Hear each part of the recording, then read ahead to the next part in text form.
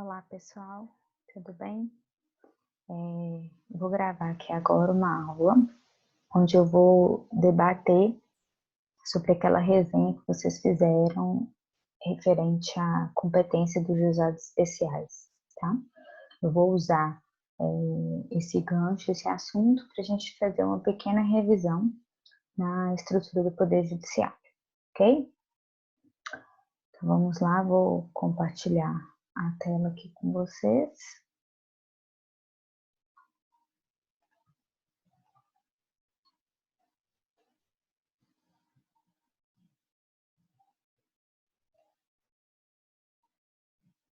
Vou aumentar aqui um pouquinho para vocês me verem. Bom, nos nossos slides nós temos, eu fiz esse pequeno esquema, né, com a estrutura do Poder Judiciário, só para a gente dar uma relembrada. O STF como um tribunal, né, de convergência, de unificação da interpretação constitucional. O STJ também faz esse papel de tribunal de convergência, ele também unifica a interpretação da legislação infraconstitucional, né, no âmbito da federação, então ele converge todos os Estados-membros. E nós temos aqui as justiças especializadas, né, da União.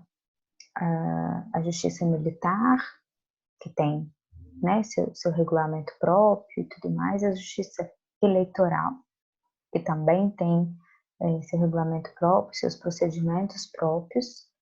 Só lembrando aqui que quem atua aqui, né, os juízes eleitorais, são juízes de direito que recebem uma ampliação de competência para atuar aqui.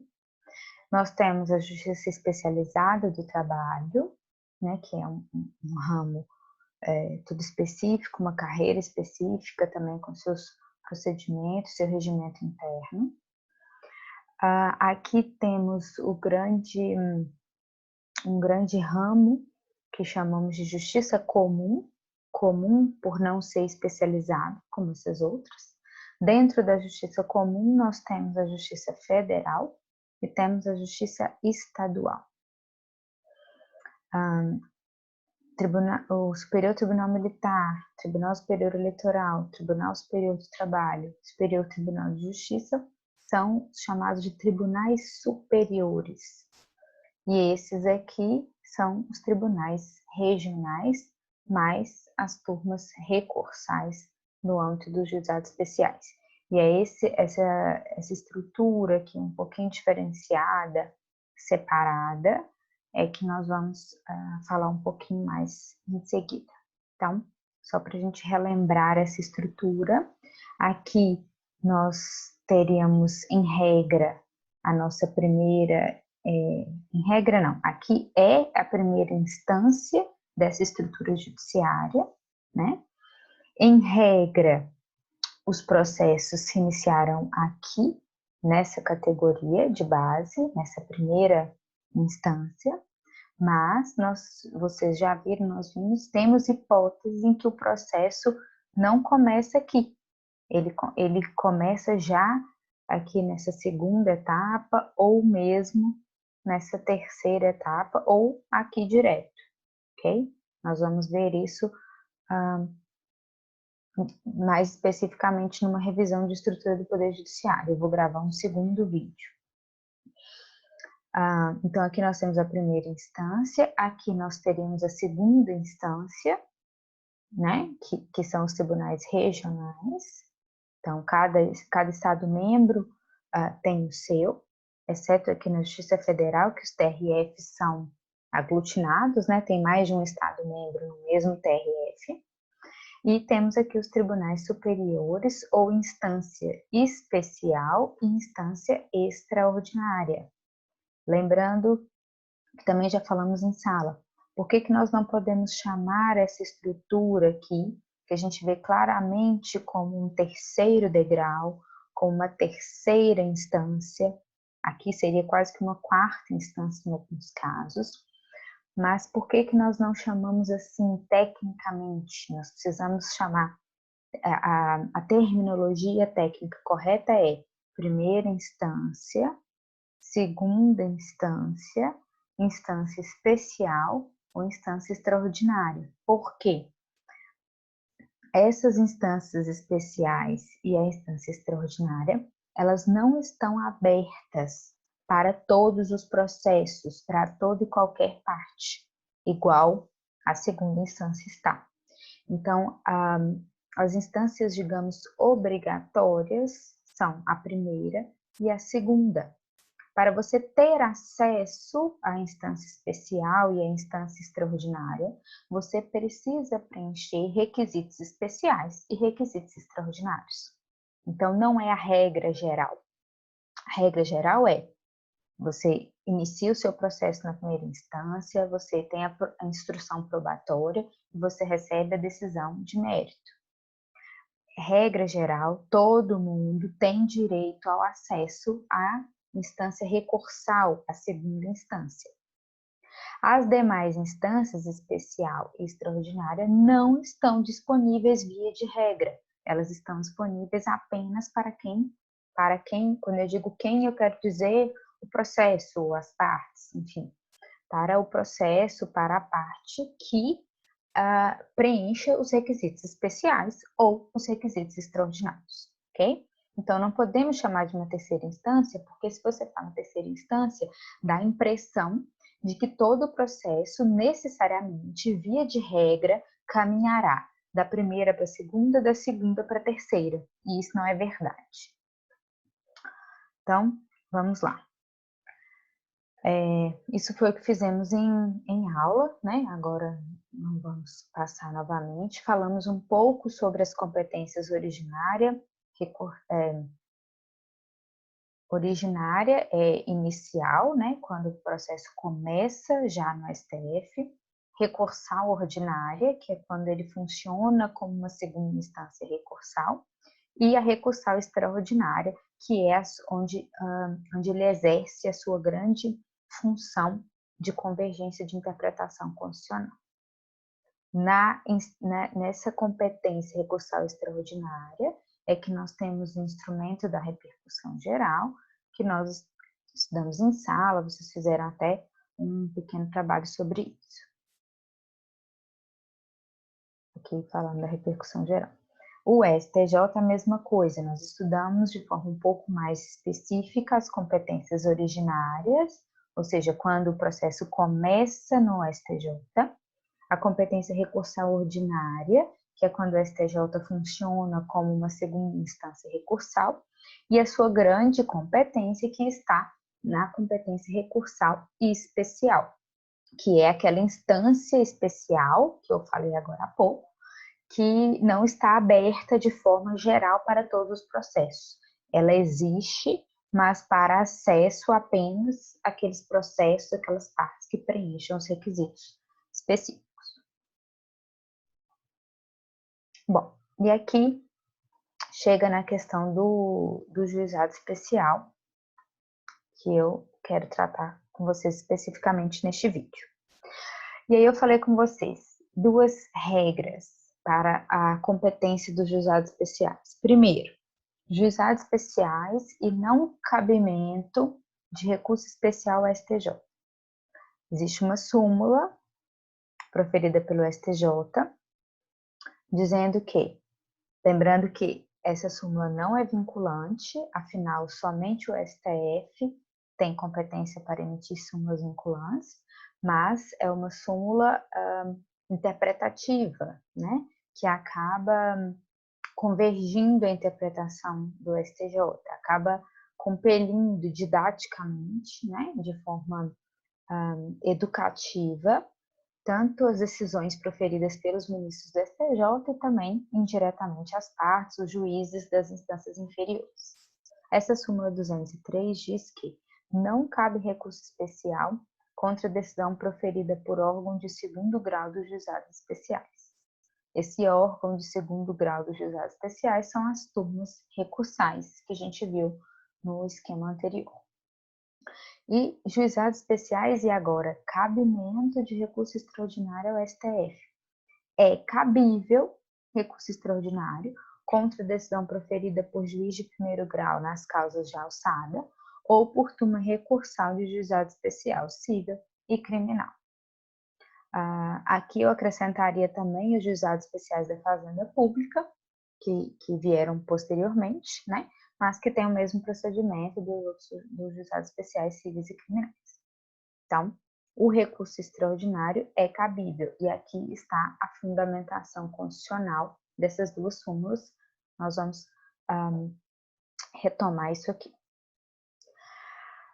Sobre o cabimento do recurso extraordinário, né, o acesso das decisões dos juizados especiais ao STF, que é uma instância recursal extraordinária, ou seja, aberta apenas aos processos e às partes que preenchem requisitos extraordinários, eu achei importante acrescentar esse slide que vocês não tinham para a gente chamar a atenção.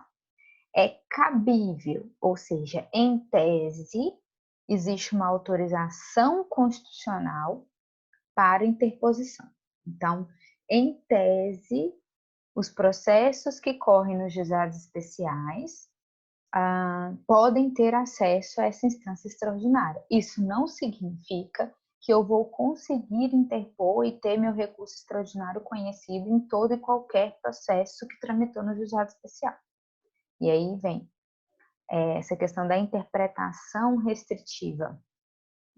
Como é da própria essência e natureza dos juizados especiais civis estaduais previstos na Lei 9.099, as causas de sua competência decorrem de controvérsias fundadas em relações de direito privado, revestidas de simplicidade fática e jurídica, ensejando pronta solução na instância ordinária. Apenas instância ordinária aqui, ele quer dizer tanto a primeira instância, o juiz de direito, quanto a instância recursal, que são as turmas recursais, tá? Aqui o que ele chama de ordinária é como se ele estivesse dividido em duas categorias, a categoria ordinária e a categoria extraordinária, que é a de sua competência, do STF. Apenas excepcionalmente essas causas são resolvidas mediante aplicação direta de preceitos normativos constitucionais. E mesmo quando isso ocorre, são incomuns e improváveis as situações em que a questão constitucional debatida contém o requisito da repercussão geral, de que trata o artigo 102, parágrafo 3º da Constituição, e ele cita também o artigo do Código de Processo Civil.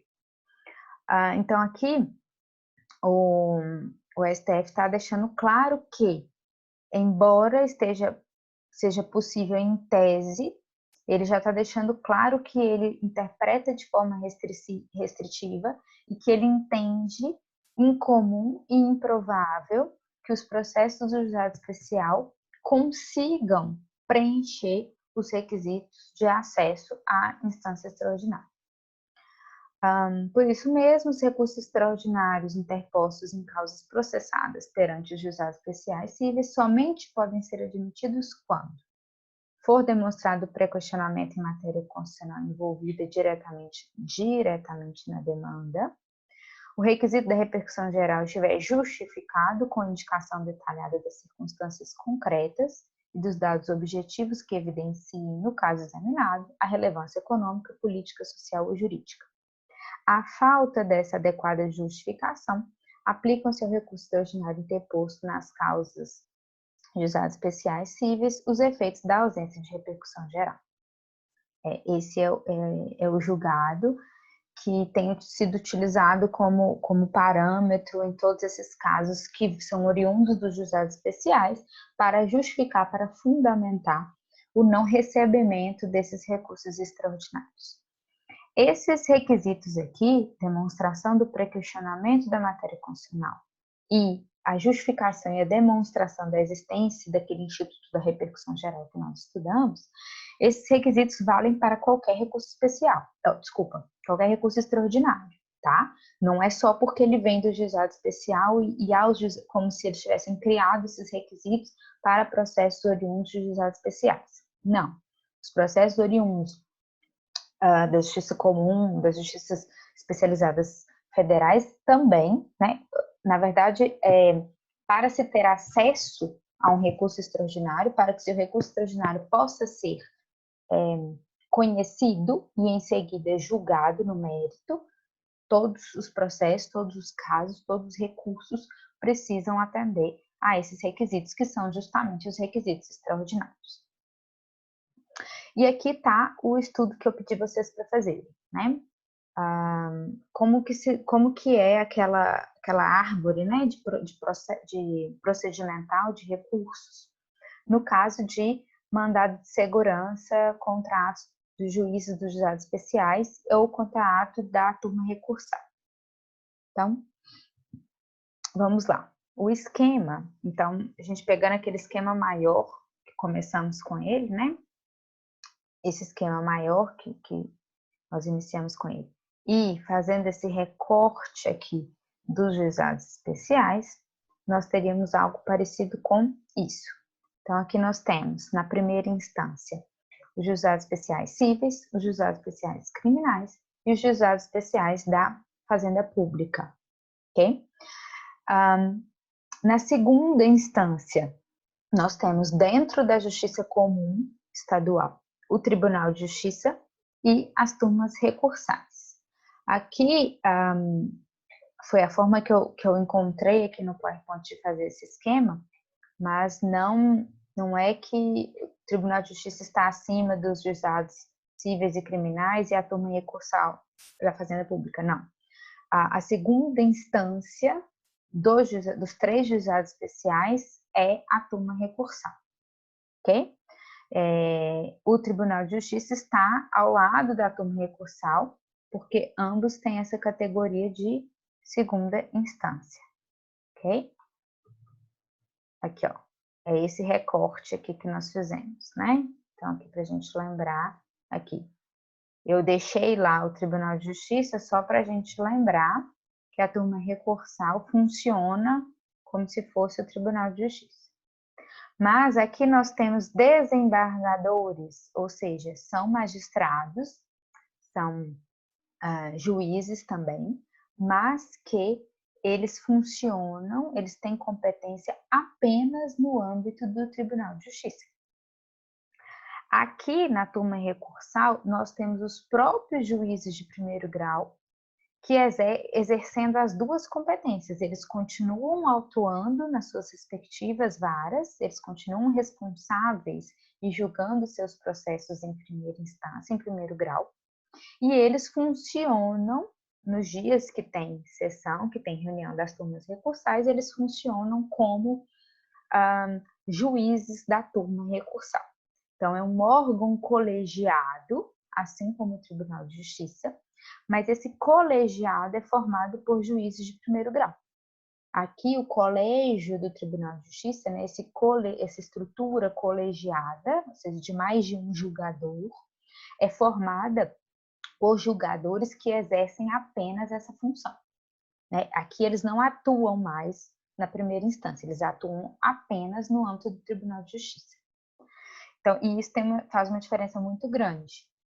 Aqui eu tenho um tribunal e aqui eu tenho uma turma recursal. Então, são órgãos diferentes. Embora eles tenham ambos estrutura colegiada, embora ambos tenham essa atuação de segunda instância, ambos têm essa atuação recursal, né, cuja competência principal é o julgamento de recursos que vem de uma instância inferior, de uma instância anterior, ok?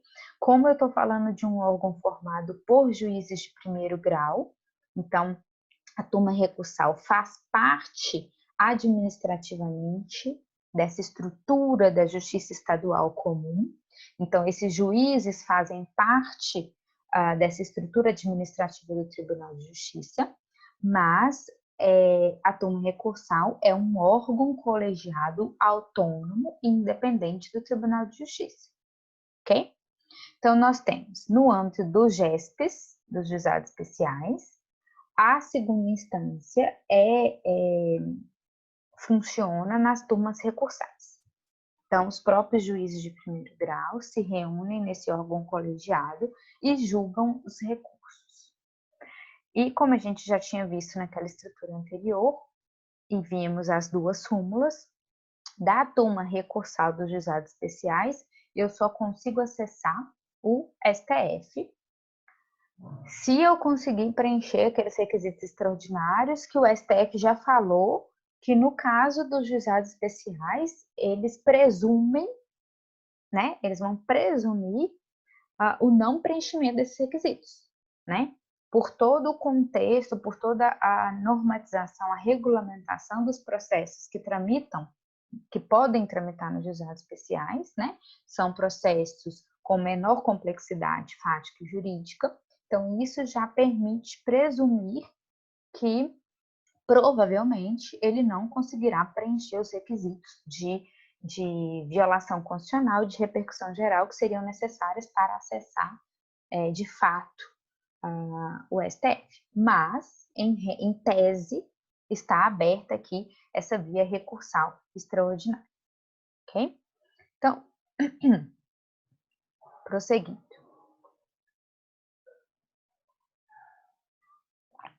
Eu transcrevi aqui nesse slide os dois fundamentos legais daquelas súmulas que a gente já citou.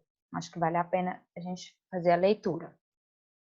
Compete ao STJ julgar em recurso especial as causas decididas em única ou última instância pelos tribunais regionais federais ou pelos tribunais dos estados, do Distrito Federal e territórios, quando a decisão recorrida. Aí vem a linha A, B, C, que traz os requisitos necessários, os requisitos especiais, para a gente conseguir alcançar essa competência recursal especial. Vejam bem, só fala em TRF ou Tribunal de Justiça. E tribunal é diferente de turma recursal. Então, aquela súmula de não cabimento do recurso especial para os processos oriundos dos juizados especiais é, basicamente, com fundamento na ausência de previsão constitucional. Vocês devem se lembrar que em sala, quando a gente estudou a estrutura do Poder Judiciário, eu disse para vocês que a competência do STJ e do STF, que está prevista, né, nos artigos 102 e 105, a interpretação dela é restritiva. Essas hipóteses previstas nos artigos 102 e 105, elas são exaustivas, ou seja, eu só compete a esses tribunais de convergência, né, o STF e STJ, aquilo que está expressamente, claramente previsto na Constituição. Então, se aqui não fala em turma recursal e claramente, como vimos, nós temos uma diferença de composição importante aqui, né? Eu não posso tomar turma recursal por sinônimo de Tribunal dos Estados e, portanto, inferir uma competência do STJ, ok? Já no que tange a competência do STF, a competência para a via recursal extraordinária, ela é mais aberta. Vejamos. Compete ao STF, precipuamente, a guarda da Constituição, cabendo-lhe, inciso 3, julgar, mediante recurso extraordinário, as causas decididas em única ou última instância, quando a decisão recorrida. Ou seja, qualquer única ou última instância, de qualquer estrutura do meu poder judiciário. Aqui eu não especifico a origem, né? Aqui no STJ eu tenho uma especificação de origem. Essas causas têm que ter sido julgadas em única e última instância por esses tribunais específicos. Aqui não. Aqui o STF, vamos voltar lá. Aqui é única ou última instância de qualquer parte dessa estrutura, né? Tá bem claro ele aqui em cima. O STJ, ele só tem claramente, expressamente na Constituição, ele exige, né? Para que ele exerça a sua competência, ele exige que a origem seja aqui. Vamos voltar. Então, esses são os fundamentos legais daquela súmula. Agora vamos entrar na pergunta, né, específica que eu fiz para vocês. Então, vamos lá. Se o ato foi praticado pelos juízes dos juizados especiais, pelos juízes de primeiro grau, me parece claro que... Aí, aqui na resposta que eu estou fazendo nesse vídeo, tá, gente? Eu analisei também habeas corpus, não só mandado de segurança. Na resenha de vocês se preocuparam, né? A pergunta era específica para mandado de segurança, mas aqui nós vamos falar também um pouquinho de habeas corpus. Então, se o ato foi praticado aqui, né? Se o ato que eu vou impugnar pelas ações de habeas corpus ou de mandado de segurança foi praticado em primeira instância, tá claro, né, que o habeas corpus ou o mandado de segurança serão impetrados aqui direto para a turma recursal, porque essa é a hierarquia administrativa, é a hierarquia processual, é a hierarquia recursal. Lembrando que os juízes não têm hierarquia funcional, não têm hierarquia técnica entre si, né? Os juízes têm liberdade e autonomia para julgar conforme a sua convicção. Essa hierarquia essa estrutura que a gente usa é uma estrutura administrativa, uma estrutura de procedimental, né? Então, bom, se eu vou impugnar um ato da primeira instância, eu vou impetrar o meu HC, o meu mandado de segurança, aqui direto na turma recursal. Agora, a maior dúvida, né, a maior questão estará: e se o ato foi praticado pela turma recursal? Por um juiz funcionando, pelo relator, né, ou seja, é um juiz de primeiro grau, mas funcionando enquanto um julgador de segundo grau. Pelo relator ou pela própria turma. Na decisão colegiada, eu entendo que houve uma violação a um direito de ir e vir ou uma violação a um direito líquido e certo. Então, eu quero impugnar essa decisão que foi proferida por um órgão de segunda instância, pela via do habeas corpus ou do mandado de segurança, dependendo do que couber. Então, se eu estou recorrendo contra a própria turma recursal, um ato da própria turma recursal, então, para onde irei? De quem será a competência? Vamos lá. Ato praticado pelas turmas recursais. Se um ato foi praticado pela turma, então, eu vou para o STF, seguindo esse meu esquema, né? Um processo normal. Ele inicia aqui na primeira instância, recurso para a turma recursal, depois nós não vimos que o cabimento, a minha terceira via seria o STF. Então, pela lógica, estou impugnando um ato da primeira instância, eu vou impetrar na segunda.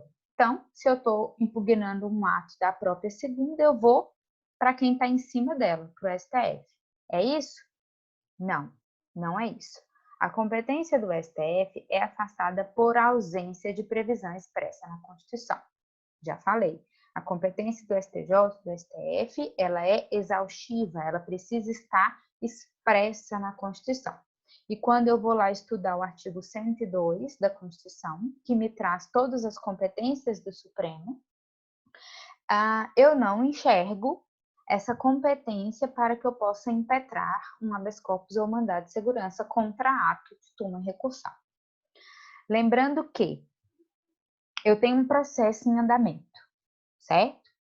Neste processo, ou o juiz de primeiro grau ou a turma recursal praticam um ato que eu considero violador de um direito constitucional meu. Então, eu quero impugnar esse ato ou por habeas corpus ou por mandado de segurança. Isso segrega e faz abrir dois processos, porque tem o processo originário, né, que está em andamento já, onde foi praticado esse ato que eu tô esse ato violador de algum direito meu. Se eu vou impetrar um habeas corpus ou mandado de segurança, eu vou abrir um segundo processo contra um ato praticado dentro desse processo anterior, ok? Então, o habeas corpus e o mandado de segurança são um processo autônomo, embora dependente daquele lá que foi onde foi praticado esse ato violador, ok? Então, para eu poder iniciar esse meu processo, para eu poder iniciar o meu habeas corpus ou o meu mandado de segurança, eu estou falando de uma competência originária, né? Se eu vou impugnar o ato aqui do primeiro grau, eu vou distribuir, então meu HC, meu mandado de segurança, ele vai começar aqui. E a turma recursal vai analisar se a decisão feita, né, pelo seu colega aqui, se ela é violadora do meu direito ou não. Aqui no caso, então eu vou, na minha segunda hipótese, eu tô querendo impugnar um ato praticado pela turma recursal. Então eu quero saber onde que eu vou iniciar, onde que eu vou distribuir, onde irá começar, qual será a origem do meu HC ou do meu mandado de segurança. E aí, bom, não é no STF, por quê? Estudando o artigo 102 da Constituição, eu não encontro competência originária para eu poder começar meu HC ou meu mandado de segurança no STF.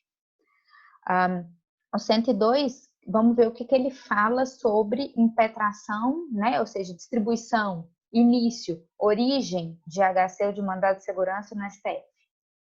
Compete processar e julgar originalmente, ou seja, o processo vai começar ali.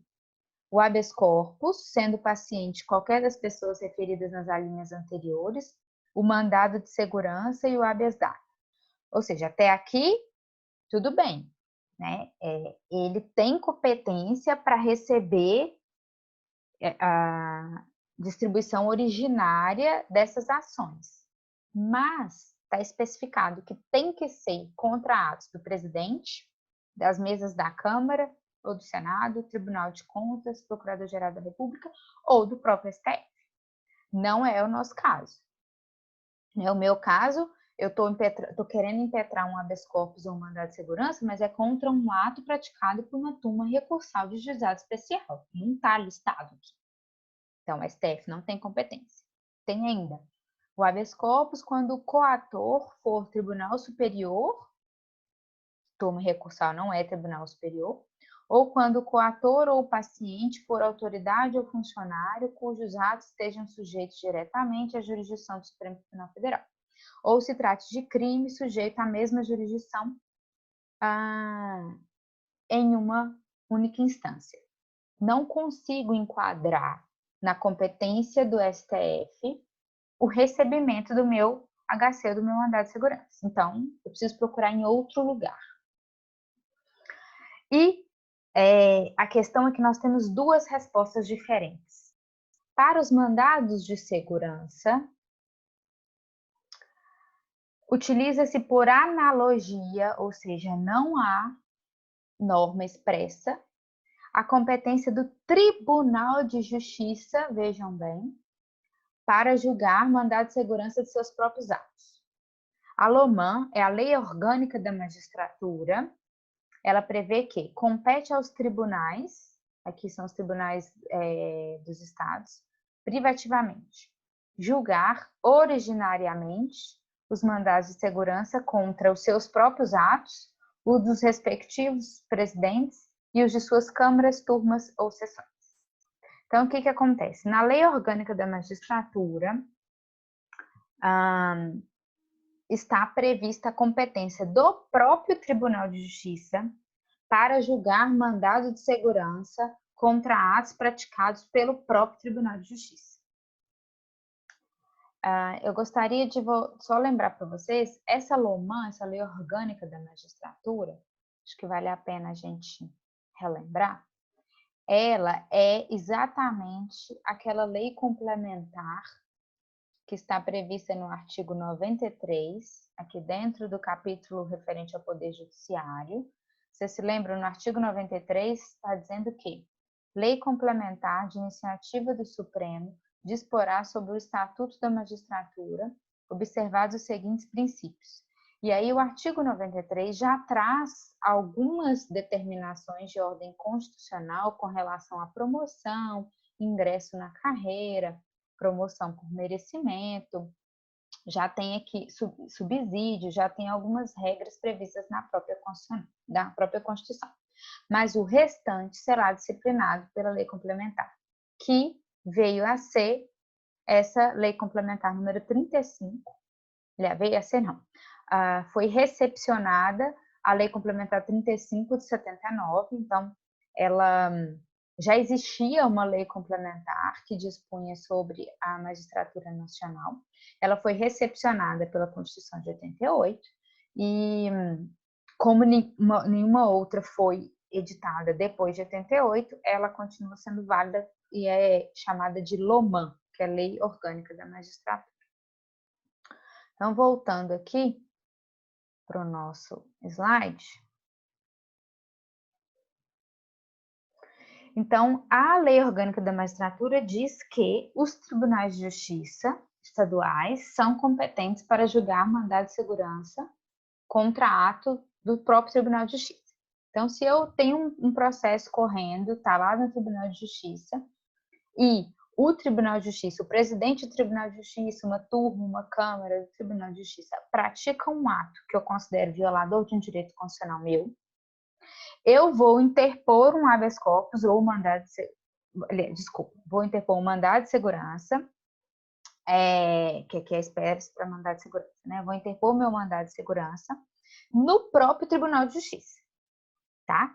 É claro que quem irá julgar serão outros, né? Haverá um colegiado maior, não vão ser exatamente somente aqueles mesmos que praticaram o ato que eu estou questionando, né? Eles vão chamar outros desembargadores e vão formar um colegiado que vão analisar a decisão dos seus próprios colegas, tá? E aí, por analogia, então, nós vamos entender que se o ato é praticado pela turma recursal, que é um órgão colegiado, que funciona como segunda instância, assim como o Tribunal de Justiça, então o mandado de segurança será julgado pela própria turma recursal. Agora, para o habeas corpus, nós temos um entendimento diverso. Para o caso do habeas corpus, o STF entendeu por utilizar, de novo, analogia, não há essa competência de forma expressa na Constituição, a competência do Tribunal de Justiça para julgar atos dos juízes estaduais, que está no artigo 96, inciso 3.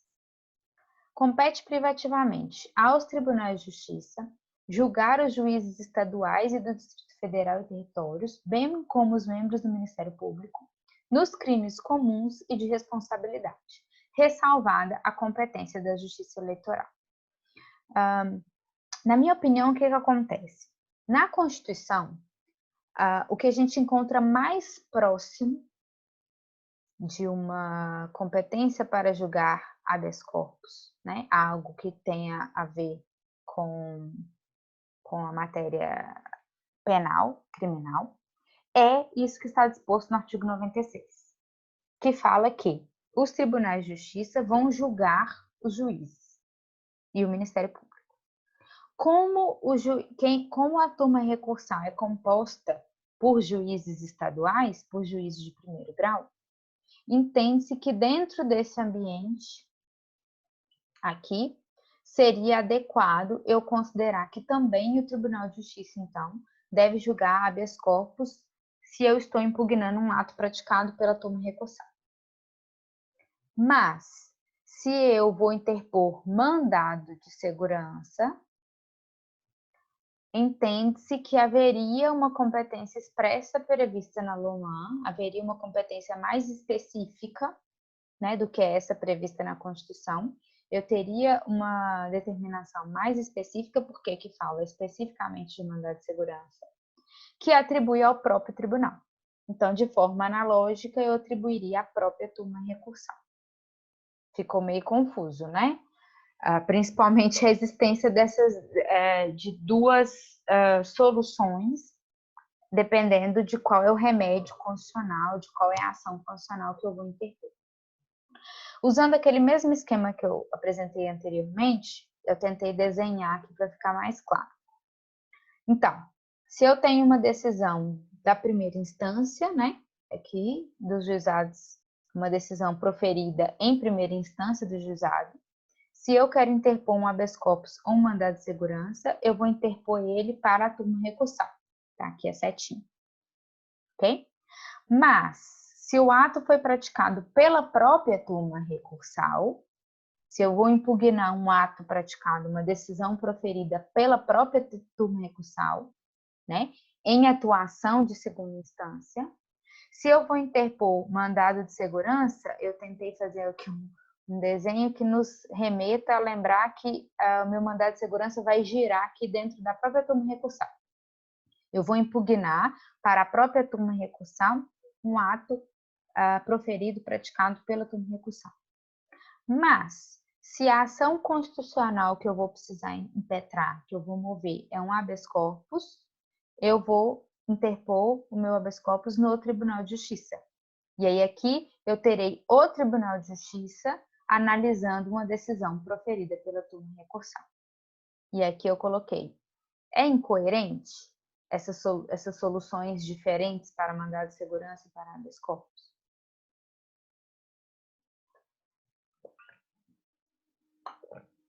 Aqui é o resumo, né? Para mandado de segurança, a própria turma é competente, mas para habeas corpus vai para o Tribunal de Justiça.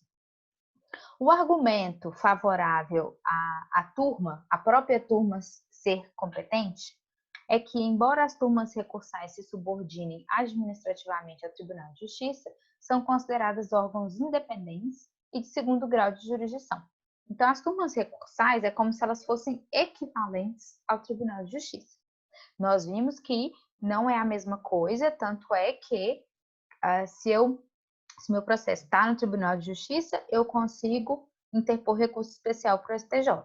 Mas se meu processo é do juizado especial, está na turma recursal, eu não consigo interpor recurso especial. Nós vimos que, então, o Tribunal de Justiça é diferente de turma recursal. Mas na estrutura recursal, na estrutura do processo, de como o processo caminha, naquela divisão de primeira instância, segunda instância ou instância recursal, ele é equivalente ao Tribunal de Justiça. E ele é um órgão autônomo, independente do Tribunal de Justiça. Então, por isso, ela deveria ser, a ela deveria ser reconhecida a competência, sim, para analisar os próprios atos. Tá? Pedro Lenza entende que ato de juiz do GESP vai para a turma recursal. Ok. Ato da primeira instância, eu vou impetrar na segunda. Mas um ato da própria turma, ele entende que deveria ir para o Tribunal de Justiça, tanto no caso de habeas corpus, quanto no caso de mandado de segurança. Ok? E aqui eu transcrevi para vocês a justificativa dele. Ambas as ações, habeas corpus ou mandado de segurança, são constitucionais. São chamados de remédios constitucionais, garantias constitucionais. Vocês se lembram que a gente estudou semestre passado? E buscam seu fundamento diretamente na Constituição. No caso, para nós, o artigo 96, terceiro, e na existência de previsão específica para outro tribunal. Então, a gente procura lá nas competências dos tribunais. Não é competência do STF, não é competência do STJ. Eu só consigo achar a competência do Tribunal de Justiça, que está prevista no artigo 96, que fala que compete aos tribunais de justiça julgar os juízes estaduais. Aí aqui o Pedro Lenza vai fazer uma interpretação ampliativa para entender que compete ao Tribunal de Justiça julgar atos praticados pelos juízes estaduais em qualquer caso, não só nos crimes comuns e nos crimes de responsabilidade. Eu confesso para vocês que eu não consegui formar uma opinião definitiva com relação a isso. porque me parece a Constituição bem clara em atribuir a competência do Tribunal de Justiça especificamente nos casos em que os juízes cometem crime comum ou crime de responsabilidade. Não quando os juízes proferem um ato ou uma decisão que potencialmente é violadora de um direito constitucional da parte. Né? Eu acho bem diferente. Então, assim, essa interpretação, né, que tira da própria estrutura do juizado especial e transfere para o Tribunal de Justiça a competência para julgar um ato praticado dentro da estrutura do juizado especial, é uma ampliação bem grande da competência que é expressamente conferida aos tribunais de justiça pela Constituição, tá? Mas, por outro lado, assim, utilizar de forma analógica o que está previsto na Lei Orgânica da Magistratura, não sei também se seria a mesma, se faria sentido, tá? Mas me parece que faz sentido que, se o Tribunal de Justiça é competente para julgar os próprios atos, também a turma recursal seria competente para julgar os próprios atos. Afinal, ela não é um órgão autônomo, independente? Enfim. Quem decidiu que habeas corpus tem que ir para o TJ, com base no artigo 96.3 da Constituição, foi o STF. Quem decidiu que mandado de segurança é julgado pela própria turma com fundamento na LOMAN foi o STJ. É uma decisão que ainda não está fechada, tá? Pedro Lenza já tem um tempo, eu até conferi numa edição mais recente, na minha edição antiga ele já defendia esse posicionamento, procurei uma edição mais recente, ele continua defendendo esse posicionamento, mas ele mesmo fala que em provas, enfim, hoje a jurisprudência do STF e do STJ divide conforme esse esquema aqui, tá? Mandado de segurança, a competência da própria turma recursal, habeas corpus, eu preciso ir no Tribunal de Justiça. E aí o Tribunal de Justiça vai decidir sobre o ato praticado pela turma recursal, ok? Só para finalizar, em sala nós fizemos também essa análise do julgamento do mandado de segurança no âmbito dos próprios Tribunais de Justiça e das turmas dos TRFs, que aí é esse esquema aqui, né? O Tribunal de Justiça, ele julga os mandados de segurança contra atos do juiz de direito, né? Então, se eu quero impugnar um ato aqui da primeira instância, eu vou para a segunda instância. Se o ato foi praticado pela própria segunda instância, a própria segunda instância é competente para analisar o seu próprio ato, né? E aí aqui eu tenho uma estrutura recursal, né? Uma estrutura recursal aqui no STJ e depois a possibilidade de uma via extraordinária, que eu coloco aqui entre aspas, que seria uma terceira instância, para o STF. Tanto justiça comum quanto justiça federal. Essa estrutura aqui a gente analisou em sala, então é só para a gente relembrar mesmo, vocês deem uma relida aqui nos slides e nesses fundamentos constitucionais, ok? Então, só terminando aqui, esse é o resumo do que vocês deveriam ter. O resumo não, a minha explicação, né, a minha contribuição para o debate com relação à resenha que vocês fizeram da competência dos juizados especiais, ok? Muito obrigada, um abraço.